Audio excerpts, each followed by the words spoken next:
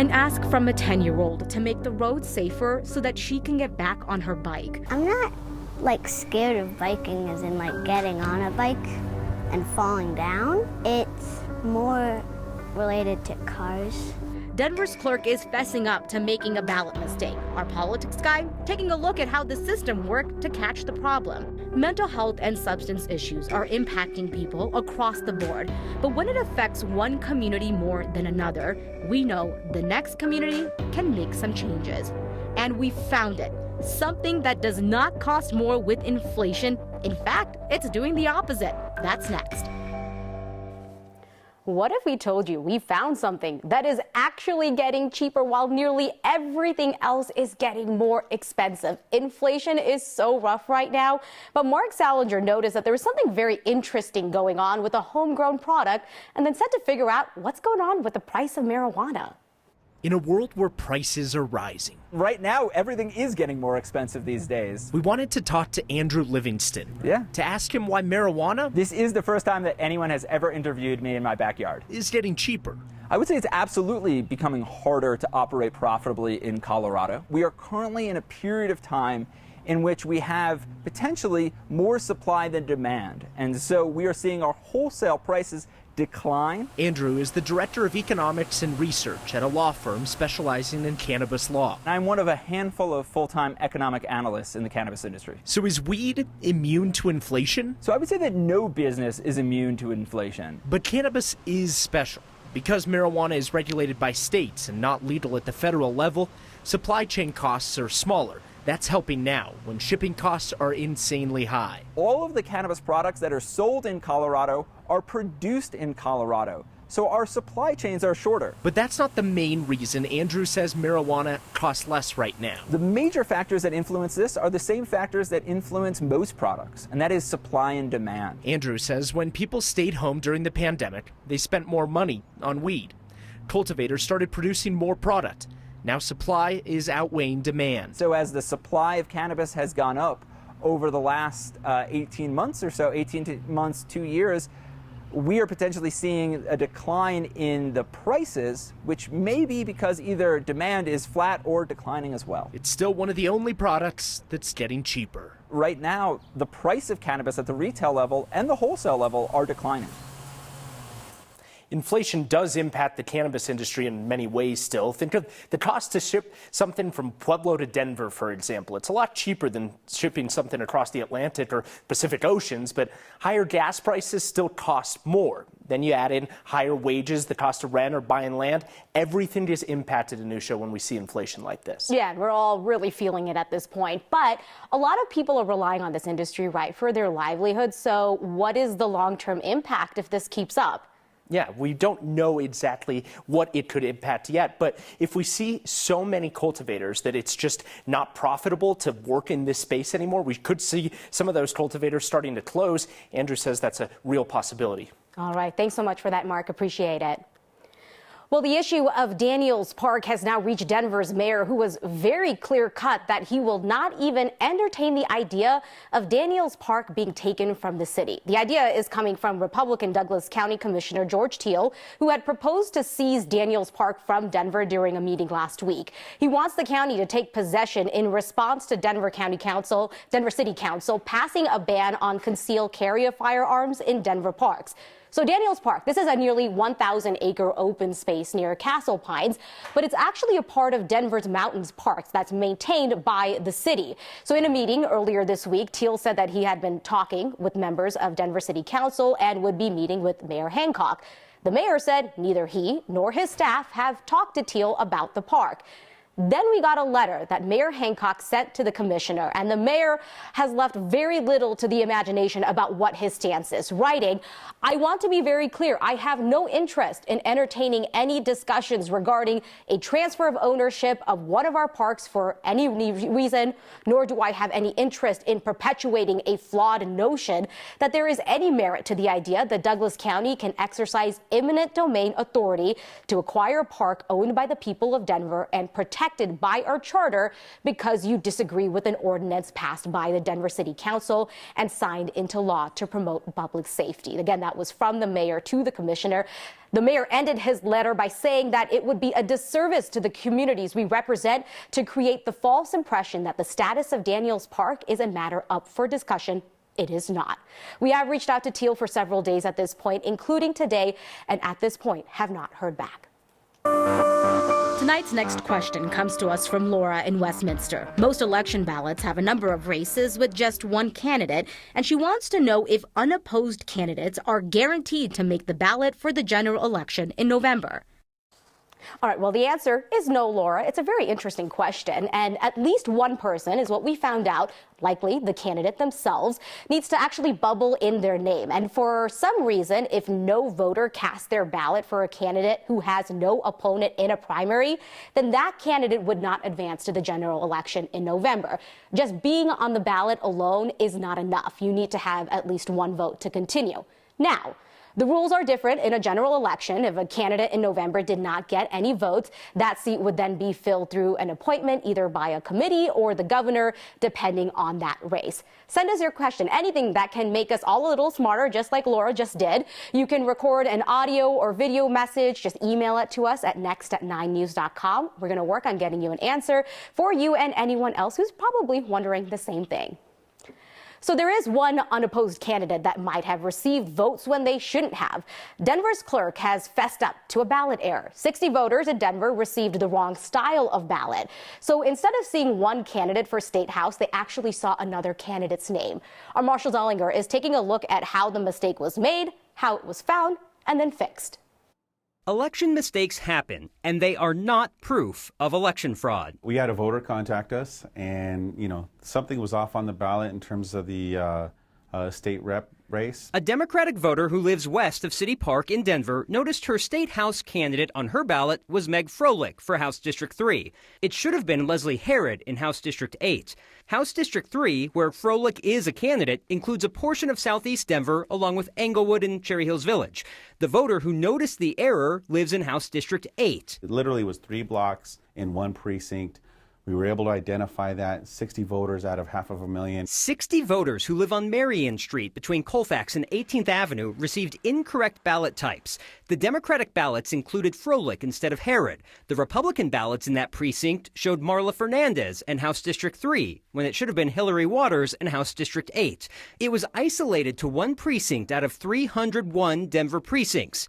How did that happen? Just a human error with our data entry. Every 10 years, we have to adjust for the new precinct boundaries, for new House district boundaries, new Senate district boundaries. As we do that, we have to reassign and reorganize. Because of the alert from the voter, the error was corrected. The clerk's office hand-delivered new, accurate ballots to the 60 people, except 5 of them had already voted. And once your ballot is returned and your signature is verified, your envelope is scanned and your ballot is removed and ready to be counted. At that point, it can never be traced back to the exact person who turned it in.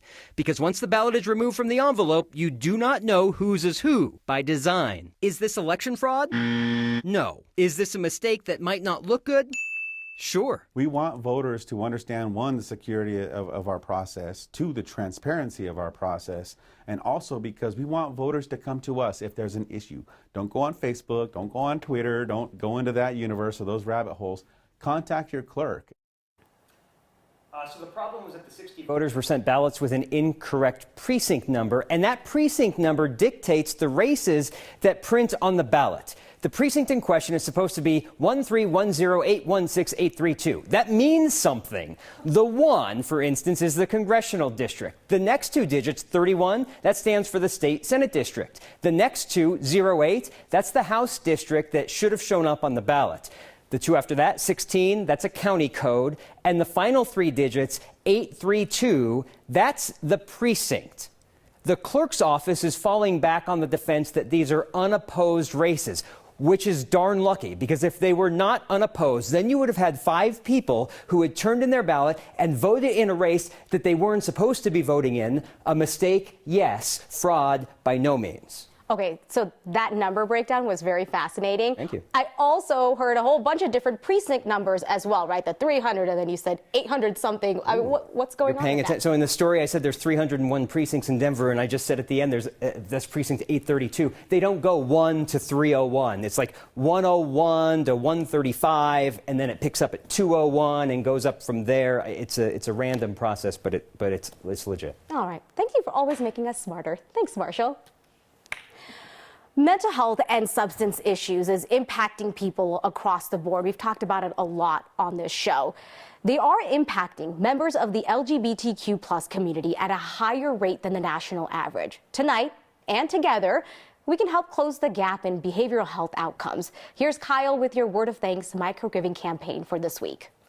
We know that Colorado has a mental health crisis these days, and as Denver gets ready to celebrate Pride Fest this weekend, we should acknowledge the specific challenges of the LGBTQ community. That's why this week's Word of Thanks microgiving campaign supports Envision You, the only statewide nonprofit dedicated to improving the mental health of LGBTQ Coloradans. They offer workshops to connect young people in that community to their parents in healthy, productive ways.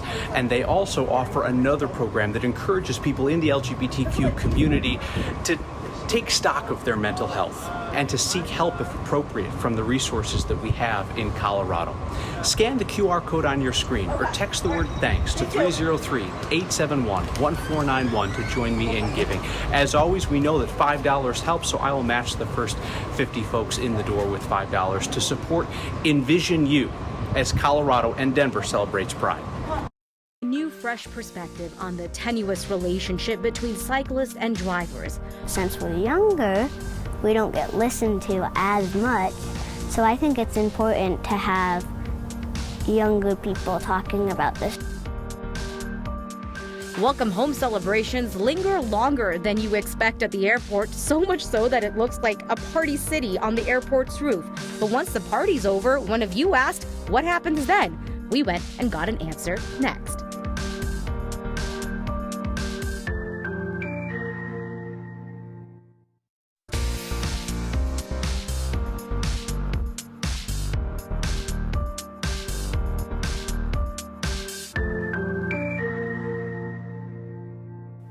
A family packed their bags and then found a new home in central Denver because they wanted to change how they move around town. They wanted to drive less and bike more. But then just a couple of days ago, their 10-year-old declared that she didn't want to bike anymore because it was too scary. Imagine that, coming from a 10-year-old. Tonight, they are sharing why a drive through an intersection completely changed their minds. And we were biking to swim lessons yesterday, and a lot of cars were passing us. She's probably been biking on her own for about a year. And at first, she was really enthusiastic about it. My name's Willa, and I'm 10. I'm not, scared of biking as in, getting on a bike and falling down. It's more related to cars and how safe our streets are. It just felt really frustrating, and I felt really defeated that in a family where we care so much about biking and not driving, my own daughter doesn't really feel comfortable biking on her own. A lot of the bike lanes are kind of just painted lines on a street, which just is kind of like, oh, there's some lines there, but some cars will think, oh, I can still go in the bike lane, and some cars park in the bike lane. There's just not that great of infrastructure, I feel like. I feel like our transportation is dominated by cars, and there's not a lot of other ways that are very widely supported of transportation. We sometimes seem to forget that cities should be for kids too. But since we're younger, we don't get listened to as much, so I think it's important to have younger people talking about this and recognizing this, because there needs to be a variety. It can't just be this one neighborhood. Oh, Willa, we are listening tonight. That story is thanks to reporter Katie Eastman. And Willa says that she wants you to know that she isn't done biking. She actually wants more people to bike in hopes that if more people do it, the roads will become safer for all of them. The fun appears to have floated away at DIA, so what happens with the party left over? And seeing double on a porch in Evergreen is the most Colorado thing we saw today. Next.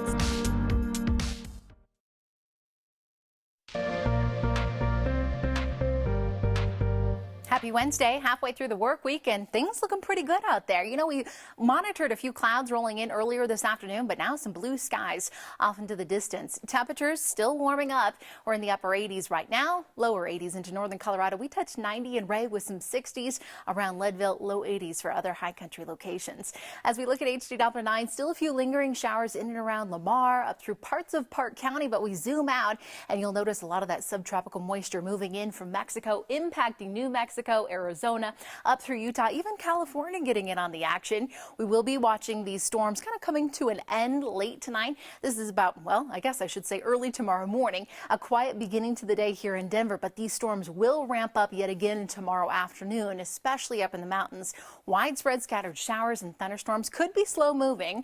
Here for the metro area, maybe one or two will sneak by, and then by late tomorrow evening, we'll just be left with a few clouds. This ridge of high pressure just kind of continues to amplify, so that's going to bring us the heat, but we still will be watching some of that monsoon moisture making its way here to Colorado, especially as we look ahead toward the weekend when really everyone, especially around the Front Range, has a good shot for seeing some rain. Back to the 90s we go. Tomorrow it's going to be a hot one for eastern Colorado with 60s and 70s up in the mountains.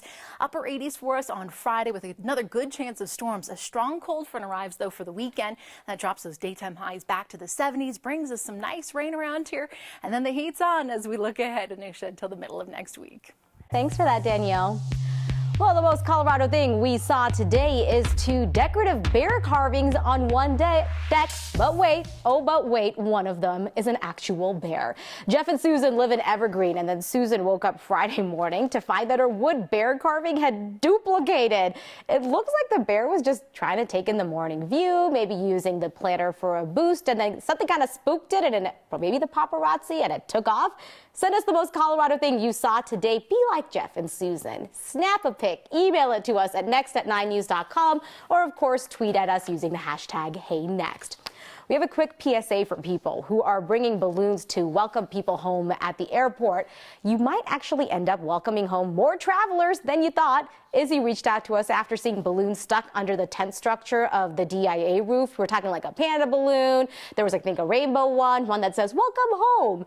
We're not talking 2 or 3 balloons. We're talking 8, 9 of them stuck under multiple parts of the roof. So Izzy wanted to know, well, who's in charge of getting them down? The airport tells us that maintenance teams will be getting them if they're already doing work up there. If not, they just wait for them to deflate. So you might want to keep an eye out for it. Mental health and substance issues are impacting the LGBTQ+ community at higher rates, but it doesn't have to be that way. Tonight, we're getting a chance to join forces to change that.